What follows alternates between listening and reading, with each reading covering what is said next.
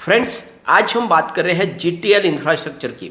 GTL infra ने अपने quarter four की डेट डिक्लेयर कर दी है। जल्द ही हमें क्वार्टर फोर का रिजल्ट देखने को मिलेगा। बहुत सारे लोगों के ऐसे क्वेश्चंस निकल के आते कि आने वाले समय में जीटीएल इंफ्रा डूब जाएगी, डिलिस्ट हो जाएगी। तो इस क्वार्टर फोर के रिजल्ट की डेट से आपको वो सारे के सारे डाउट क्लियर हो सकते हैं, क्योंकि अगर कोई कंपनी डूबने वाली है तो वो राइट टाइम पे अपना रिजल्ट कभी भी पेश नहीं करेगी। बहुत सारी बड़ी बड़ी कंपनियां जिन्होंने अभी तक अपना क्वार्टर फोर का रिजल्ट पेश नहीं किया, उनसे पहले अगर जीटीएल इंफ्रा अपना रिजल्ट पेश कर रही है, इसका मतलब कंपनी वाकई में मजबूती के साथ कामकाज कर रही है। भले ही इसकी प्राइस नीचे आ गई है, इससे आपको डरने की कोई बात नहीं, क्योंकि बाजार में भयंकर गिरावट का दौर जारी है। अच्छे अच्छे पेनी स्टॉक नीचे आ गए तो जीटीएल इंफ्रा कैसे रुकेगा। लेकिन यहाँ पे कुछ पॉजिटिव बातें निकल के आ रही है, इनके बाद में यहाँ पे तेजी बनने की संभावना बन सकती है। कुछ संभावना बनी हुई है, उनको जानेंगे। और क्या इस समय जीटीएल इंफ्रा में नया इन्वेस्ट करना चाहिए, और जो हमारा इन्वेस्टमेंट है क्या उसको रखना चाहिए या बेच के निकल जाना चाहिए, क्वार्टर फोर की कैसी संभावना बन सकती है, सारी बातों को जानेंगे इस वीडियो के माध्यम से। पिछले दिनों इसका जो परफॉर्मेंस है कैसी रही है, क्या वाकई में कंपनी मजबूत है, या फिर जिस तरह से लोग कह रहे हैं कि कंपनी डूब जाएगी, क्या ये बात सच है, सारी बातों को जानेंगे इस वीडियो के माध्यम से। और कुछ लेटेस्ट अपडेट है उनको एक एक करके डिस्कस करेंगे। लेकिन फ्रेंड, उससे पहले अगर आप पहली बार हमारे चैनल पे आए तो चैनल को सब्सक्राइब कर दीजिए, एक बेल आइकॉन दबा दीजिए ताकि जब भी नया वीडियो बने पहला नोटिफिकेशन आपको मिले। वीडियो पसंद आए तो लाइक शेयर जरूर कीजिए।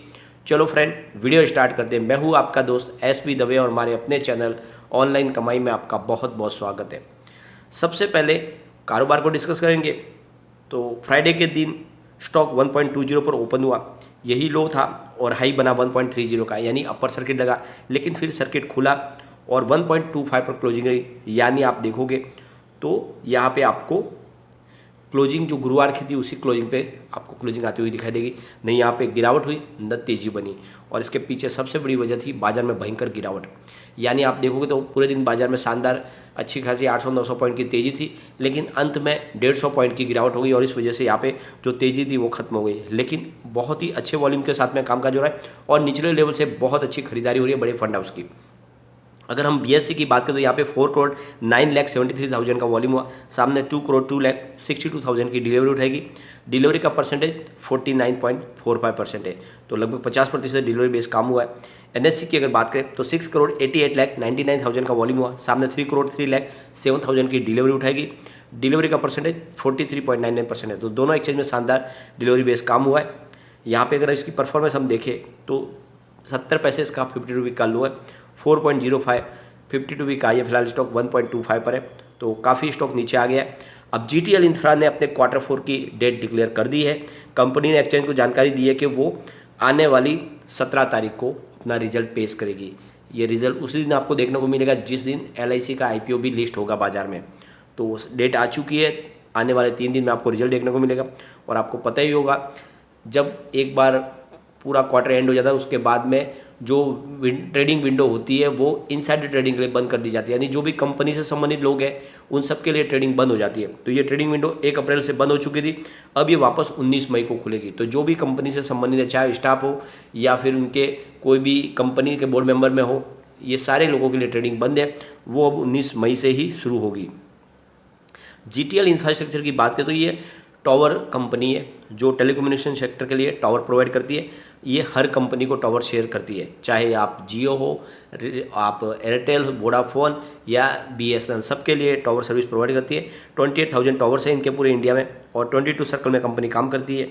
2G, 3G, 4G सब सर्विस दे रही है, और 5G के लिए भी कंपनी तैयार हो चुकी है।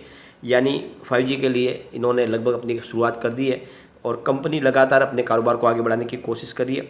और जैसे ही 5G टेक्नोलॉजी की शुरुआत होगी, आने वाले समय में टेलीकम्युनिकेशन जितनी भी कंपनियां, उनका कारोबार और तेज़ी से बढ़ेगा। ये आपको ध्यान रखना है कि इसके वॉल्यूम में बहुत ही अच्छी बढ़ोतरी हुई है फ्राइडे के दिन।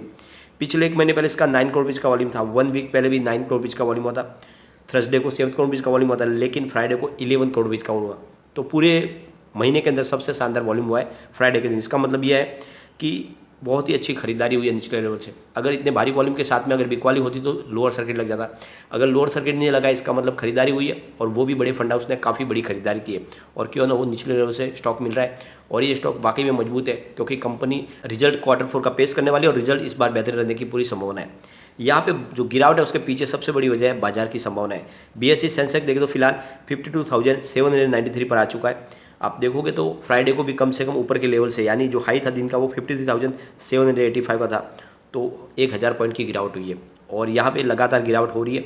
60,600 का ऊपरी लेवल था, उससे अब देखो तो आप 50,700 पे आ गया, तो बहुत बड़ी यानी लगभग 8,000 पॉइंट की गिरावट हो चुकी है। तो ऐसे में हर पेनी स्टॉक नीचे आ गया, तो इसमें कोई जीटीएल इंफ्रा के लिए अलग से बात नहीं है, यहाँ पे हर स्टॉक नीचे आया, लेकिन आपको डरना नहीं अगर आपका लॉन्ग टर्म का नजरिया, तो वाकई में स्टॉक आने वाले समय आपको बहुत ही अच्छा रिटर्न दे सकता है।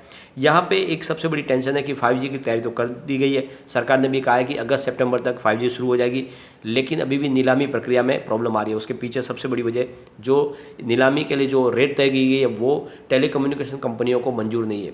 सरकार की तरफ से उसमें 36% की कट कर दी गई है, प्राइस में डिस्काउंट दिया गया, लेकिन फिर भी जो टेलीकम्युनिकेशन कंपनियां उनका कहना है कि ये जो स्पेक्ट्रम नीलाम की जो रकम रखी गई है, ये जो प्राइस है वो बहुत ज़्यादा है और इसकी वजह से जल्दी कस्टमर इस सर्विस को ले नहीं पाएंगे और दूसरी कंट्रीज से बहुत ज़्यादा इसको कम और करना चाहिए।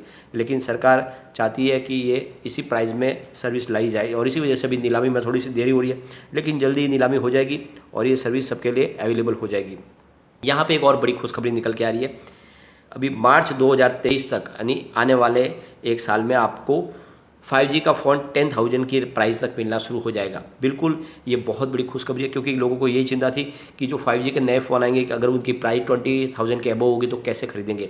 तो अच्छी खबर निकल के आ रही है कि 5G का फ़ोन आपको 10,000 में मिल जाएगा 2023 तक, यानी आने वाले 7-8 महीनों में आप आराम से फ़ोन खरीद पाएंगे और बहुत ही ये एकदम फेयर प्राइस है, इसके प्राइस के ऊपर कोई भी 5G फ़ोन ले पाएगा। तो सर्विस जल्दी से जल्दी आने वाली है। इसके बीच में अगर आप इनके रिवेन्यू को देखोगे तो बहुत ही शानदार बढ़ोतरी हो रही है लगातार, और जिससे हम कह सकते हैं कि Q4 बेहतरीन रह सकता है।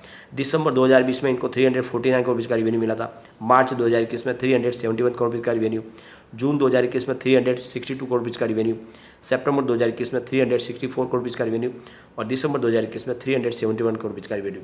तो आप देखोगे पिछले दिसंबर से दिसंबर में रिवेन्यू में बढ़ोतरी हुई है, जो एक बहुत बड़ा पॉजिटिव सिग्नल है। अब इनके लॉस की बात करें, क्योंकि आपको पता है वो कंपनी तो ऑलरेडी लॉस में, तो दिसंबर 2020 में 208 करोड़ रुपये का लॉस था, मार्च में 683 करोड़ रुपये का बड़ा लॉस हुआ, जून में लॉस घटकर 217 करोड़ रुपये रह गया, सितंबर में लॉस घटकर 207 करोड़ रुपये चला गया और दिसंबर 2021 में इनका लॉस 197 करोड़ रुपये तक रह गया।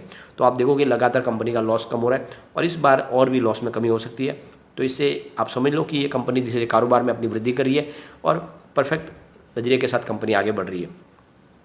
अगर आप 2017 से भी कंपेयर करोगे तो 2017 में इनका जो लॉस था वो था 1,398 करोड़ रुपये का, 2018 में इनका लॉस 1,892 करोड़ रुपये का था, 2019 में इनका लॉस 1,539 करोड़ रुपये का और 2020 में इनका लॉस 1,863 करोड़ रुपये का, 2021 में लॉस घटकर 1,270 करोड़ रुपये तक आ गया। तो आप देखोगे पिछले 2017 से अगर कंपेयर करें 2021 तक तो इनका लॉस कम हुआ है और ये अच्छी बात है, क्योंकि लगातार लॉस कम हुआ है और पिछले 2017 में जो लॉस था उससे भी कम 2021 में। इसका मतलब आप देखोगे तो लगातार कंपनी ने लॉस अपने कम किया और मुझे लगता है आने वाले कुछ सालों में यहाँ पे कंपनी प्रॉफिट में आती हुई दिखाई देगी और मुझे इसीलिए विश्वास है कि स्टॉक कमाल करेगा, क्योंकि 5G के लिए सरकार ने अपनी तरफ से हर राहत के द्वार खोले हुए, PLI स्कीम का भी बेनिफिट मिल रहा है और डूबती हुई आप देखोगे तो VI यानी वोडाफोन आइडिया को इन्होंने बचाया है और इसीलिए GTL इंफ्रा किसी भी हालत में डूब नहीं सकती, क्योंकि ये अगर बड़ी एक कंपनी, टावर कंपनी अगर ये डूबेगी तो सरकार को उससे बहुत ज़्यादा अपनी छवि में नुकसान होगा और इसीलिए सरकार ऐसा कोई भी कदम नहीं उठाएगी जिससे GTL इंफ्रा डूबे। तो आप ये समझ लो कि ये कंपनी नहीं डूबेगी और आने वाले समय आपके निवेश को कई गुना बढ़ा सकती है। वैसे भी रिस्की कंपनी है, छोटा सा पेनी स्टॉक है, लेकिन दाव लगाया जा सकता है। आने वाले समय इसमें आपको मल्टीबैग रिटर्न मिलने की संभावना हो सकती है। यहाँ पे कम्युनिटी सैंडविच स्टॉक के साथ बना हुआ है, 89% बाय की कॉल है, 11% सेल की कॉल है, तो लोगों का अच्छा खासा रुझान स्टॉक की तरफ बना हुआ है। एक बार इसके पीवोट लेवल को चेक करेंगे तो यहाँ से और गिरावट होती है, 1.20 का फर्स्ट सपोर्ट है, ये सपोर्ट टूटा तो 1.15 तक स्टॉक जाएगा और यहाँ पर भी नहीं रुका तो फिर 1.10 तक भी जा सकता है। अगर पॉजिटिव माहौल बनेगा तो 1.30 का फर्स्ट रेजिस्टेंस है, इसको ब्रेक किया तो फिर 1.35 तक स्टॉक जाएगा। तीसरा जो रेजिस्टेंस निकल गया वो 1.40 का है। तो बिल्कुल जैसे ही बाजार में खरीदारी शुरू होगी ये स्टॉक फिर से अपर सर्किट में बहुत ऊपर तक जाएगा। फिलहाल बाजार के सेंटीमेंट बिगड़े हुए और FI की लगातार बिकवाली हो रही है, इसलिए आपको निश्चित होकर बैठ जाना है और जो भी आपका इन्वेस्टमेंट है भले उसमें लॉस दिखा रहा है आपके पोर्टफोलियो में, अगर आपका नजरिया लॉन्ग टर्म का तो आपको डरना नहीं है, क्योंकि जब तक आप शेयर नहीं बेचोगे आपको लॉस नहीं होगा। आने वाले समय इसकी डेफिनेटली प्राइस बढ़ेगी और आपका जो भी लॉस है वो कवर हो जाएगा।